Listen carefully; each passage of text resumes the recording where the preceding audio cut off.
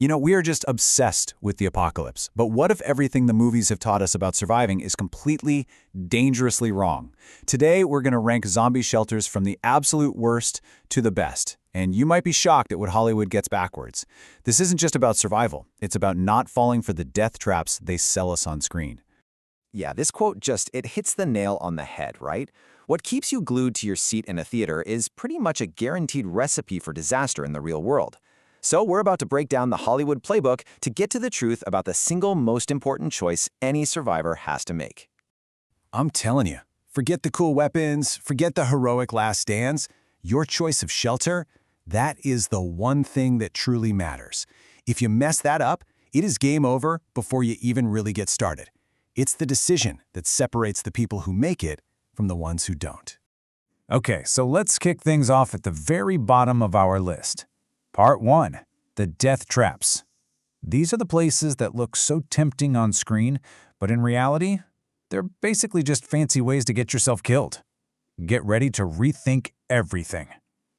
First up, the all-time classic, the supermarket. It's the ultimate fantasy, isn't it? The apocalypse pantry. Aisles and aisles of food, supplies, everything you could ever need. But this stream is actually a deadly illusion, and it's probably the worst choice you could possibly make.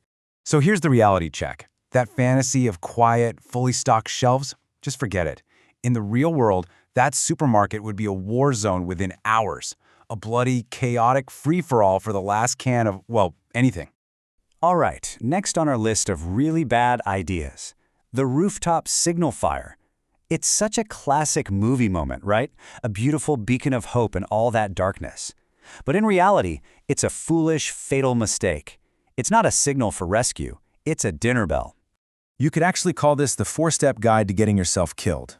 Step 1, go find a super exposed spot. Step 2, light it up like a giant neon sign. Step 3, broadcast your exact location to every single threat in the area. And Step 4, willingly give up your single greatest advantage, which is being invisible. Now we get to the most insidious trap of all, the false hope fortress. You know what I'm talking about, that crackling radio broadcast promising a safe zone, a cure, a way back to normal. It's a lie designed to prey on desperation, and it is the most dangerous myth out there. And this quote just says it all.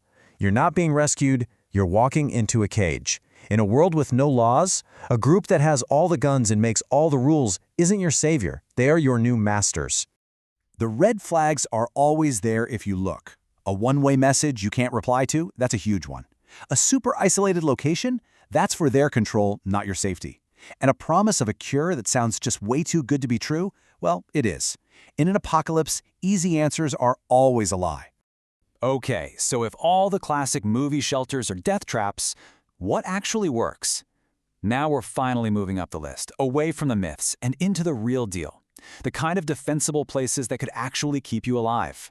And you can see the huge shift in thinking right here. We're moving from high-profile, short-term hiding spots that just attract trouble to a real long-term strategy, one that's all about sustainability and, most importantly, staying off the radar. This is about building a future, not just surviving one more night. So, a viable shelter. It's built on 3 pillars. First, defensibility. You have to control your entrances and be able to see threats coming from far away. Second, sustainability. Access to things that don't run out, like fresh water and farmable land, is completely non-negotiable. And maybe the most important of all, a low profile. The best fortress is the one nobody even knows is there. But a defensible fort is really just about survival. A true sanctuary, that's about rebuilding. Now we're getting to the top of our list. The endgame shelters that offer a real chance to actually reclaim the future. This is a whole other level. A true sanctuary is basically a self-sufficient, self-governing little city-state. It makes its own food and power, it has laws to stop it from collapsing from the inside, and it projects security beyond its own walls. This isn't just a shelter, it's a new civilization in the making. But even the perfect fortress, the perfect level 7 sanctuary, has a fatal flaw. You can have impenetrable walls, you can have endless supplies, but there's one threat that will always get inside. And it's not the infected. Because the real threat, it isn't what's outside the walls. It's who you're locked inside with. The whole focus shifts from the monsters at the gate to the monster in the mirror. This is the genre's most terrifying truth. The virus may have ended the world, sure, but it's the collapse of society that unleashes the real monsters. When the rules are gone, the most dangerous predator on the planet is the person standing right next to you.